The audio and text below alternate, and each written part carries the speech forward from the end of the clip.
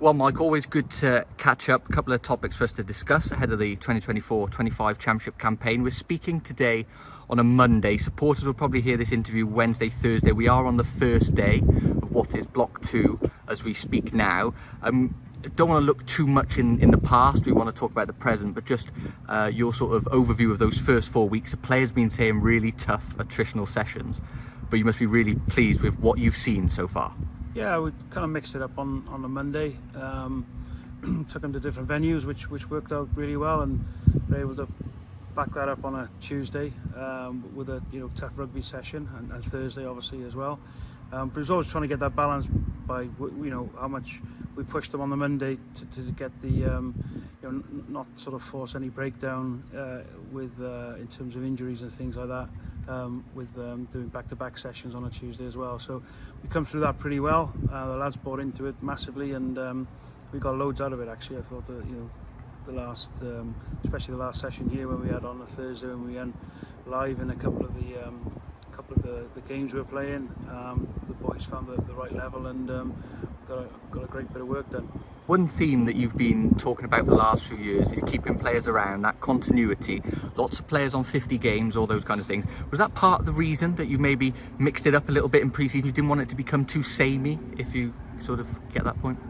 Yeah, a little bit, but also it's about trying to improve year to year, isn't it? And if we can make a different small percentage in terms of our strength and power and fitness, then now's the time of year to be doing that. So that's hence why we looked at Mondays and approaching them a bit differently, and then pushing the boys really hard on Tuesday and Thursday. And we will. Well, I guess the proof of the pudding will be when we step out in the field. But we still got 3 games, pre-season warm-up games before we actually get stuck into the league program.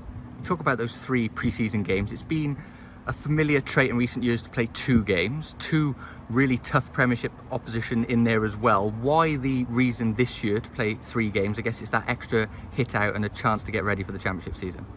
Yeah, a little bit, and look, they're spaced out. I mean, the good thing is we play Blackheath relatively early on the 23rd, and then we've got a 2-week break before we play Saracens and then on to Northampton. So we did it last year a little bit. We went to Swansea, had a bit of a, even earlier actually, had a hit out down in Swansea and a weekend away, which in hindsight, looking back, was a real good move in terms of bringing the boys together and getting some rugby in as well. So look, it's always a difficult balance in that. We do run a small squad, and obviously hopefully integrate the Northampton players over the next few weeks and months, and getting the number of games right.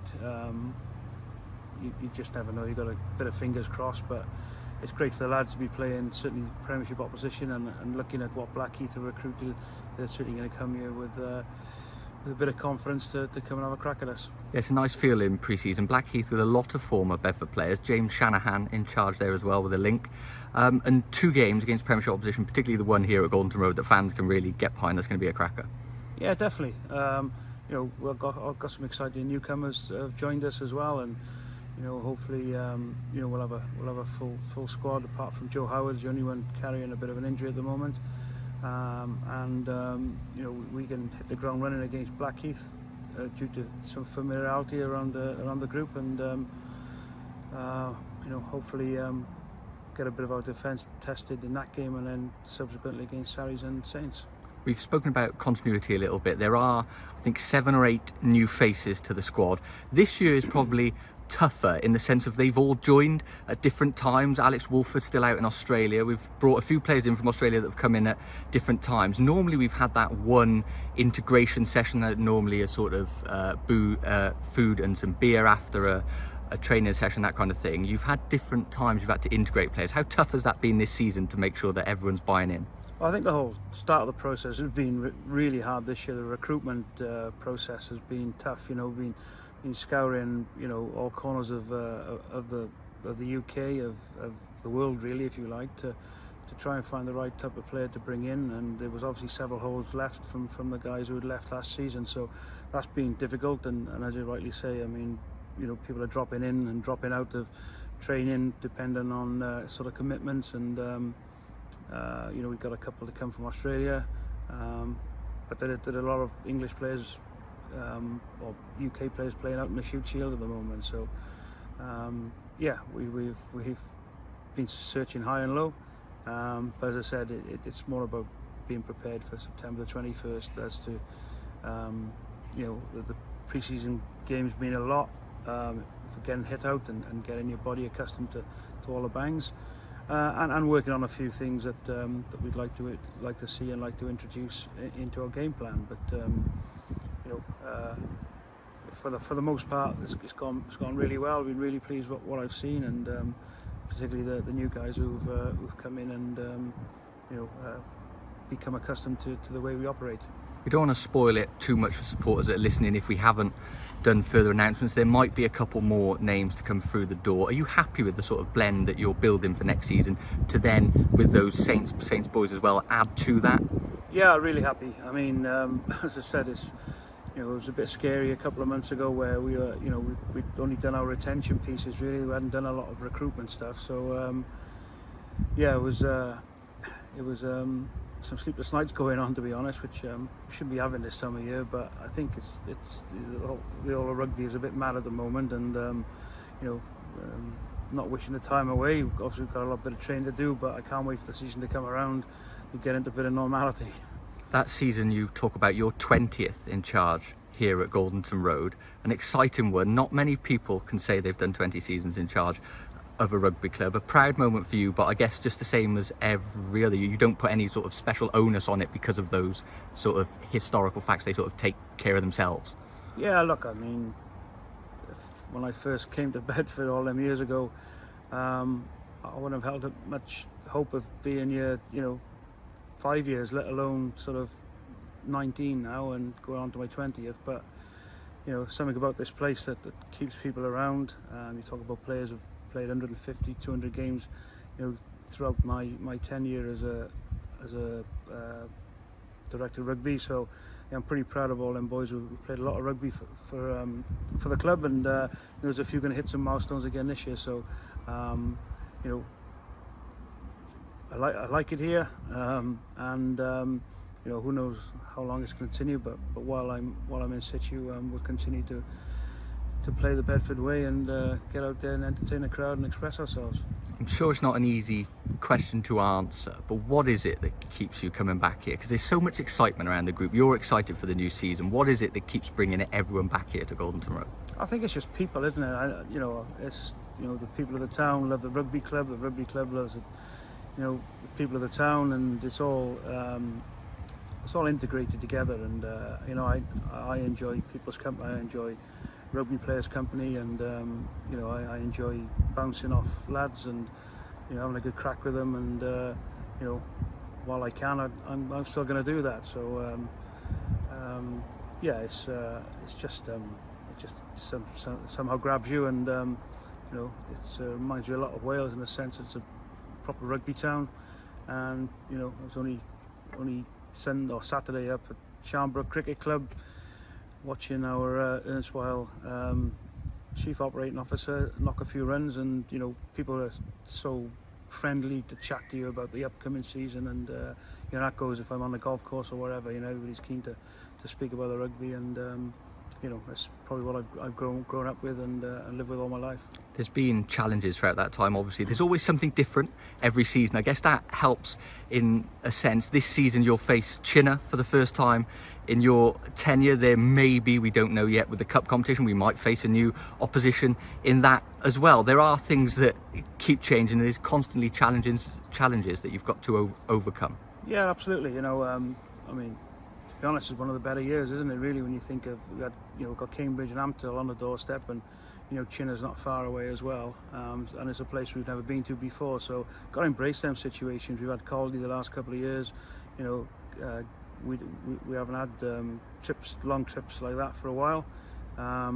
We've still got the additional ones down in Cornish Pirates, Coventry, derbies. I mean, there's lots to be getting your teeth into, and the list goes on, and there's clearly some good recruitment going on amongst the clubs, and Ealing obviously want to continue with their push for promotion, and Donny, Cornish Pirates, Harpury had a great season last year, and caused sides lots of problems. So there's an eclectic sort of style of play within a championship, and hopefully we add something to that as well.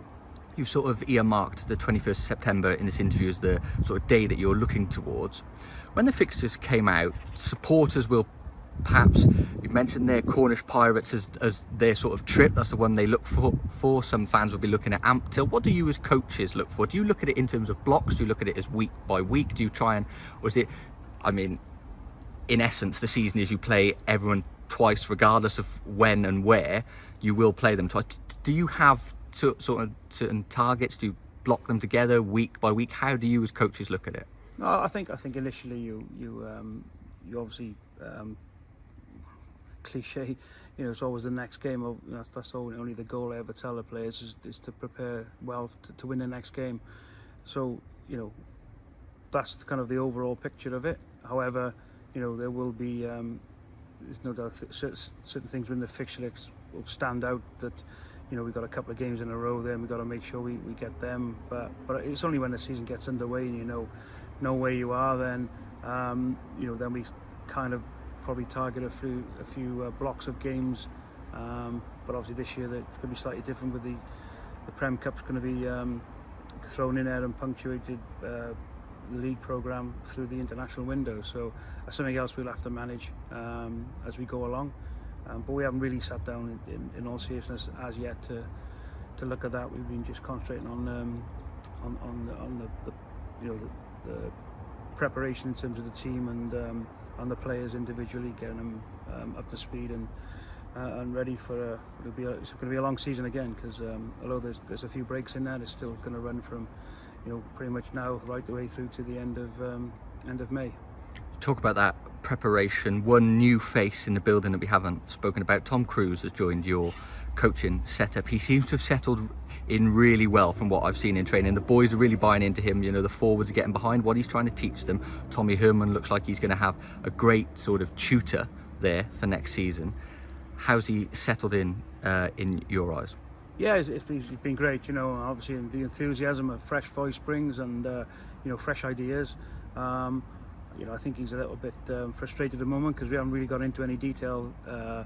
It's all been a lot of general rugby stuff as opposed to any scrum, maul, etc., which as most forwards coaches do, they want to hold how we're doing that, which obviously we're trying to hold him back on that stuff. But as the players, more of the forwards start coming in, say we're 2 second rows short at the moment, so once they come in a couple of weeks time, then we'll really start to up that set piece work, and that's where Cruiser will come into play, and he can fill his boots.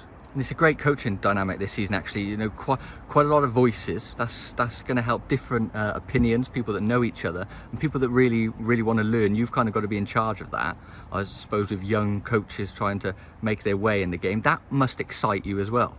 Yeah, a little bit. It's you always want to create a challenging environment, and that's not just the coaching group amongst ourselves. That's the leadership group, and the captain. They're all our doors completely open to any ideas or any thoughts that they want to share with us. And the first thing we do is when they come in is check on their on their well-being and seeing where they're at, and then if they got any issues they want to share with us, and we get them out, and at the end of the day it's about the players, really. I mean, we help and guide them as much as we can, but it's down to them when that whistle goes. You mentioned that challenge aspect in there. I guess it's the perfect way to end an interview ahead of the season. I guess the motto that we're trying to, as a staff, sort of embrace is be the best that you can be. What sort of targets are you going to set for the boys next season? Last season, 3,000 supporters coming through the gate every week is a fantastic achievement. That will be something we want to replicate by playing the style of rugby that you obviously promote. And I guess that's the starting block. Do you look at the table? Do you target things like that, or is it just take it as it comes? How do you see it? No, not at all. I mean, I've said it many times. And it's pretty obvious that you play with a funny shaped ball, and there's a guy in the middle with a whistle who can influence the game, but also the weather, the pitches, illness, injury, whatever. There's lots of uncontrollables that you can't do anything about. So obviously, you know, all you can do, like I said earlier, is prepare to win the next game, and that's our sole goal. Whatever that looks like might change from week to week, but generally it's about preparing well. And you know, are we going to win every game? Probably not. But you know, the emphasis is trying to win every game, and or the next game rather. So that's as far as we go to. Really, I don't talk about tables or anything like that. You know, it's a risky business doing that, because, as I said, the uncontrollables. But you know, we want to keep improving. We want to keep playing, and you know, we want to keep playing good rugby and winning rugby. You know, that's the main thing for us.